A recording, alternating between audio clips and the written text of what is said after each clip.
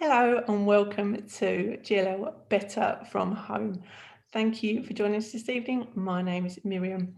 Today we are going to be chatting to Neema Shah, and Neema is the author of this book, Kololo Hill, and this is Neema's debut novel, but is already on the must read lists of 2021. Thank you for joining us today, Neema. Thank you.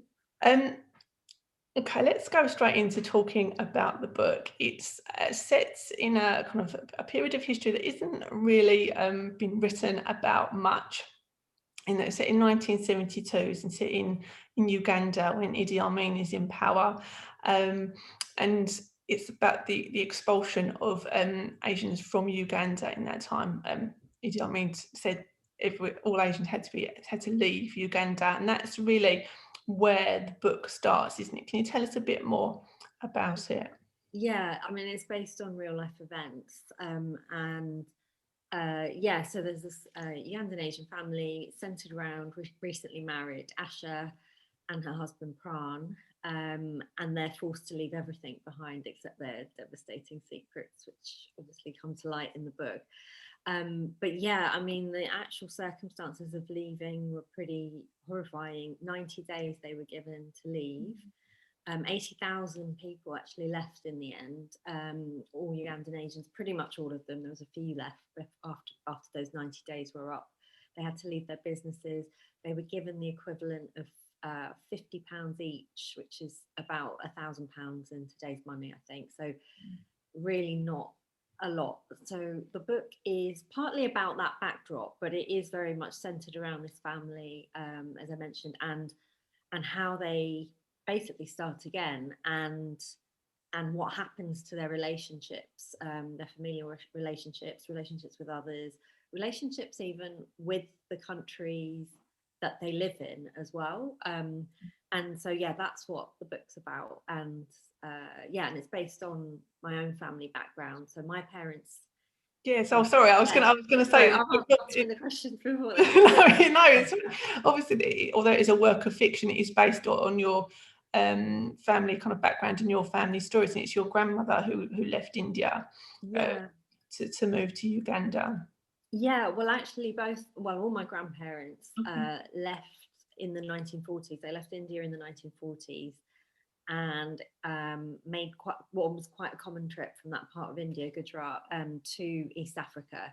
So they actually settled in Kenya and Tanzania, which neighbour Uganda. But some of my extended family went to Uganda, and they're very similar lifestyles and cultures there.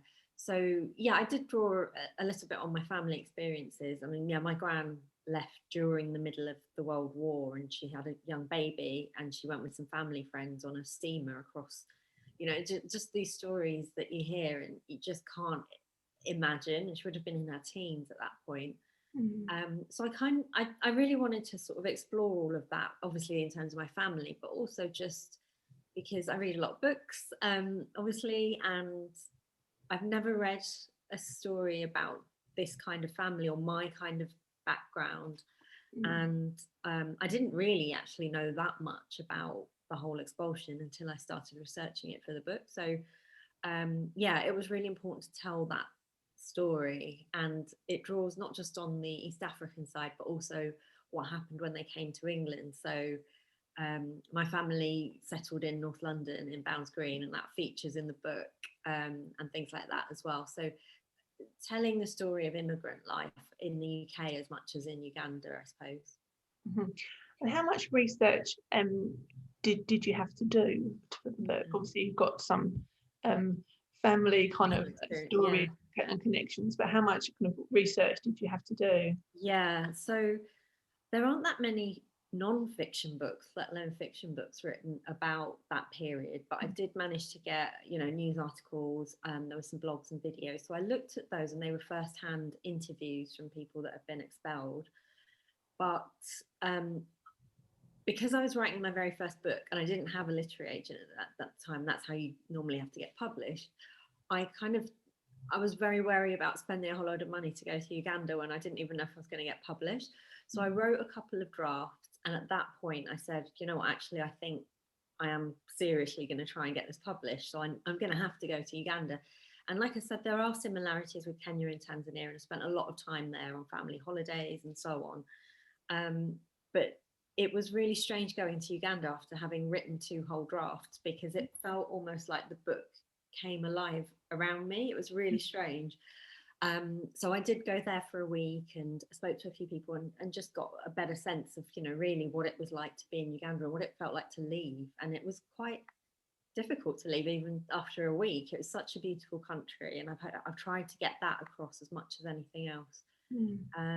But yeah, there isn't that much research that you can do really, because it's not like a popular period of history like World War II or whatever. So yeah, I drew on what I could basically. Did that, when you visited Uganda, did that change your writing? Did more get added to the book? That was your second draft you went on. Did anything change once you'd been to Uganda? Yeah, there's certain, I wouldn't say sort of anything dramatically changed, but there were 2 key things. I think one was being able to speak to Ugandans, ethnic Ugandans, gave me a different perspective on Idi Amin, and I realised it was a little bit grayer, because Idi Amin was popular at the time with some people because he promised to, bring back some wealth to the poorer Ugandans in the country. And so, it's understandable that some people were sort of swayed by that. And it was interesting to hear that side, but also just some of the lines that I've used. So some of the smaller details, like one of the first lines in the book is, in the late afternoon sun, the mosquitoes glowed gold like embers in a fire. And I saw that in the late afternoon sun, and I wouldn't have been able to have captured it that way unless I'd seen that. So there were little things which are peppered throughout the book, which I think has made it richer. So yeah, and it was definitely worth the trip. Because I've reading some of the other interviews that you've done, and you say the book is very much about home and belonging. Yeah. But it does, like you just mentioned, give kind of a broader view of what was happening at the time, and different people's perspectives on that, because Asha and Pran have quite different views, don't they? Different kind of Pran wants to go back to Uganda. She's in the second part of the book, which is set in London when they've moved to London. But Asha is very much doesn't want to go back and wants to stay in London, and he's very much building a life kind of in London as well. And both for very kind of valid reasons. Pran is very set on going back because that's what he considers his home, and there's unfinished business there. So it does give kind of a broader view. I felt like it gave a broader view of the situation, and of different people's kind of perspectives on leaving and staying. Yeah, definitely. And I mean, when I was writing the book, a lot of things were going on politically in the UK and the world. Trump had come to power, and Grenfell had happened. Things which showed sort of that society isn't necessarily as equal as we like to think. So all of those things were playing on my mind. And in a way, Asha and Pran are the 2 sides of me, I suppose. And as only as I'm talking to you about it that I've ever thought of it that way. But, I was born in London. I consider it my home, but not everyone would see it that way, see me as being, completely belonging here. And I suppose there's that part of me that thinks, yes, I'm like Prano, I would very much want to hold on to my home, whatever happened. But there's the other part of me, so I can look to my parents who've been here for 40 years now.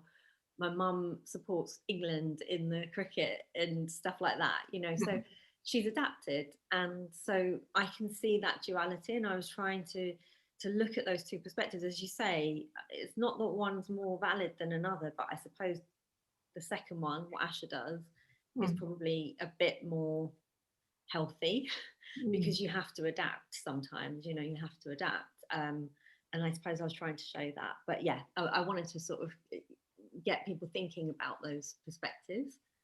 Yeah. And certainly, obviously, it's a very strong female kind of perspective there, and a female presence. And there's moments in the book, particularly with Asha, where she's kind of there and she's in the present, but she's also recognizing her her cultural background and where she's come from and where she's going, and very much you feel like she's all of those things, and that is sometimes really must be quite a lot to take in, a lot to kind of deal with, to be all those things and also to be something new as well, because she's obviously finding kind of herself as well, because she's quite young.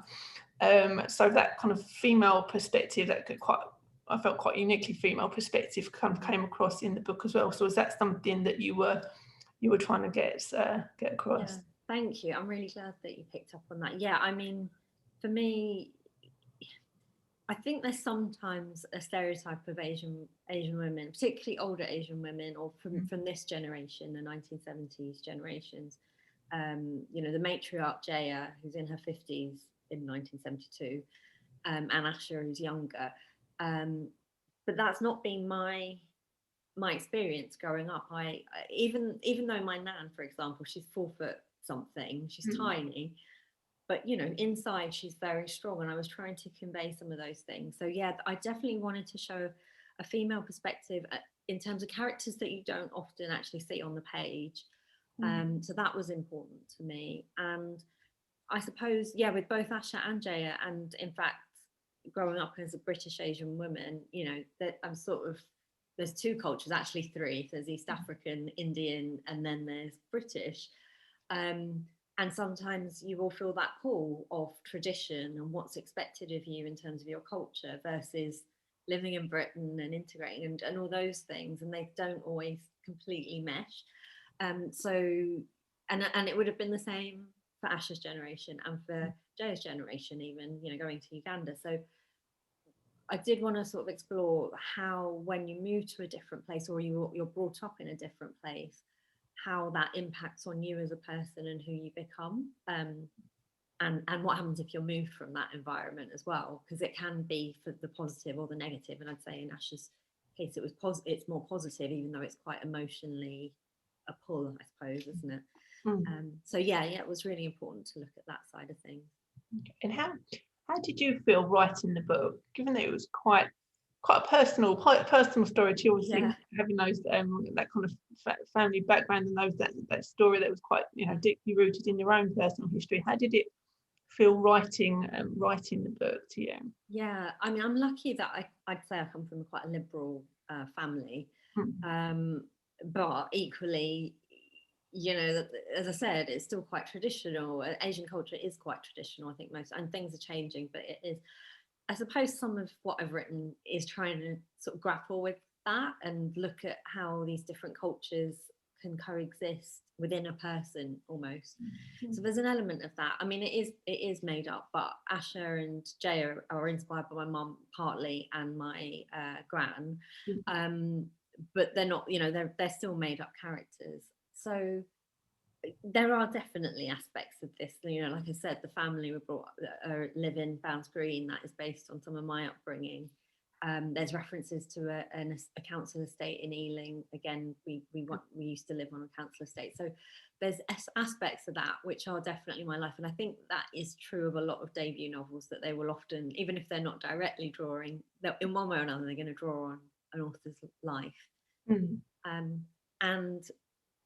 But yeah, ultimately it's fictionalized, but there's lots of elements that I've taken, like the food, for example, the food I was brought up with. I was going to say about the food, because there are a lot of food references, amazing food references in there, which fits in with the story, because the home and belonging, obviously, yes.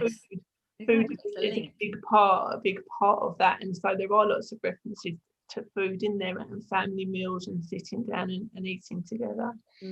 Yeah. It's definitely a link to home. Food can't it? If you can't be in a place, then at least you can almost relive it through food. I mean, yeah, food is a huge part of my life. Really, I love food, but also I find it really frustrating in books when you read about, someone says, oh, and then they had dinner, and you don't know what they had, and I always want to know what they ate. Because it tells you so much about a character and a society and a culture, I suppose, whether it's Asian, British, whatever it is. So yeah, food is quite an important part. That is definitely taken from my life, and things that I've experienced for sure. If we just go on to your writing process, if you like, because this is your debut novel. Yeah.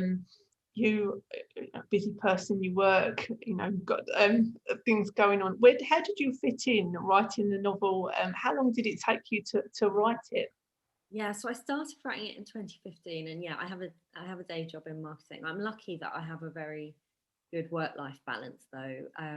So I wrote most of the first draft on my commute into work, and actually at that time I was living in Charlton in Greenwich. So although I didn't spend that much time with Kololo Hill writing in Greenwich Library, I did spend a lot writing novel two, my early drafts of novel two at Greenwich Library. Okay. So yeah, so there's a link there, and I hope to sort of bring Greenwich and the river and stuff into some of my subsequent novels. But yeah, so I wrote most of it on my smartphone, which sounds crazy. Yeah. On the tube, and also so at North Greenwich I'd get on and start typing away, and then I'd be at work. So and then I edited it at weekends and things. So I started in 2015. I had a finished draft by about 2018, and that's when I looked for a literary agent, and then I signed with Picador, the publisher, about a year later. Yeah. But publishing is slow, very slow. You may well have heard that from other authors, but so actually that doesn't. I know that doesn't feel fast, but it's actually about It's about the amount of time it normally takes. Yeah. And are you kind of part of a wider kind of writing community? Because sometimes when you're writing, I imagine when you're on the train writing away, that's quite solitary, isn't it? It's like you're kind of there in your own little world. And I think I'd read somewhere that you kind of are part of a community on Twitter, a writing community on Twitter. Has that been important to you, kind of writing the novel? I'd say it's been life-changing, actually. Really? Writing has been life-changing because I only started writing in 2015 from after school. And, I'm in my early 40s now, so I had a long time away from writing. So I think, ultimately I'm an introvert, so I quite like my own company. And actually, when you're writing, you are in another world with other people. I know it must sound really crazy to non-writers, but I don't usually feel like lonely when I'm actually writing. But I do have a writing group who I met through Twitter, through social media, but we've since, we've met to like launch events and things. We're actually planning a writing retreat, and it's so important because, as you say, it can be lonely. It's not necessarily lonely to write, but it is lonely when you're trying to get published and you're trying to develop your draft and you need a different opinion. And things like that, and obviously only writers really understand what writers go through. So from that point of view, I didn't know any writers before I started writing again, and now I know lots. So yeah, it's really been helpful. And actually, it's a free group that anyone can sort of join in with on social media. So if anyone is on Twitter and they're writing, if they look up the virtual writing group, or VWG is the hashtag, they can find out more. Okay. You mentioned libraries earlier. What do libraries mean to you?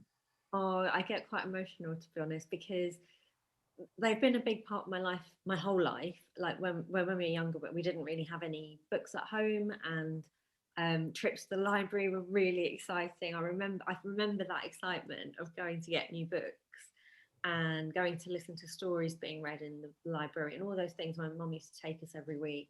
So from that point of view, I think libraries are just as important as ever, and they are a way of bringing equality to the nation. Actually, sorry to sound a bit worthy, but yeah, they really do help people learn more, but also to reach different worlds that they might not otherwise be able to reach, I suppose. And yeah, as I said, I have been right before pandemic. Obviously, I was writing in libraries, and they're one of the few places you can go to get a bit of peace and quiet nowadays.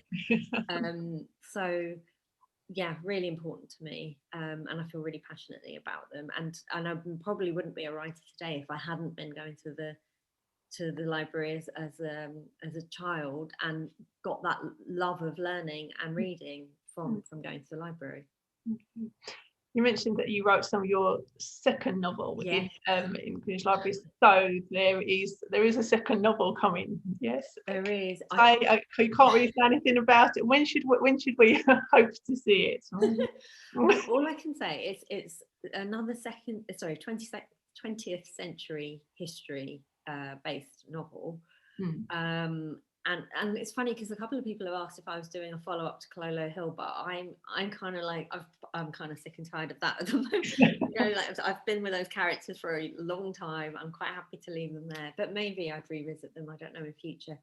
But in terms of the second book, that won't be out till 2023 because next year the paperback of Kololo Hill will be out. But at least it gives me the chance to properly finish it and give it the attention it deserves, I suppose. So yeah.